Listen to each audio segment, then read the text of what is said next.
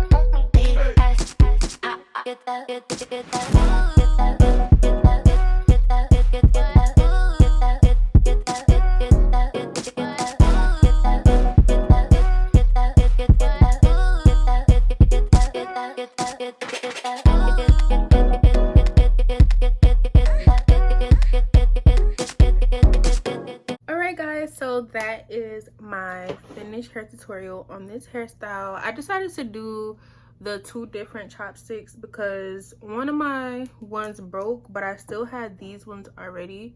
I don't know if y'all can see it. It's like a pearl and a little bunny or something, but I wanted to wear these ones and not the super long ones, but this one broke, so I was kind of mad about that. Do that look dumb? 2 different chopsticks, because this one broke. I'm so mad. I feel like it's still cute because this one has pearls in it and this one is a pearl, and I'm kind of like, I like it a little bit. But anyway, I just wanted my bun to look a little messy, kind of like the kind of look where you just throw up your hair, you know what I mean, and a little bit different. Like I always wear my hair curly or straight, and I feel like this is really different, and it was super easy. It took me about probably like 45 minutes only because I'm a perfectionist. But if you're better at doing ponytails than me, then you would do yours a lot quicker. But I think this is so cute. Let me know what y'all think in the comments. I show every product that I used. This glitter spray is so cute. This is from Sally's, if you're wondering where my glitter came from. And yeah,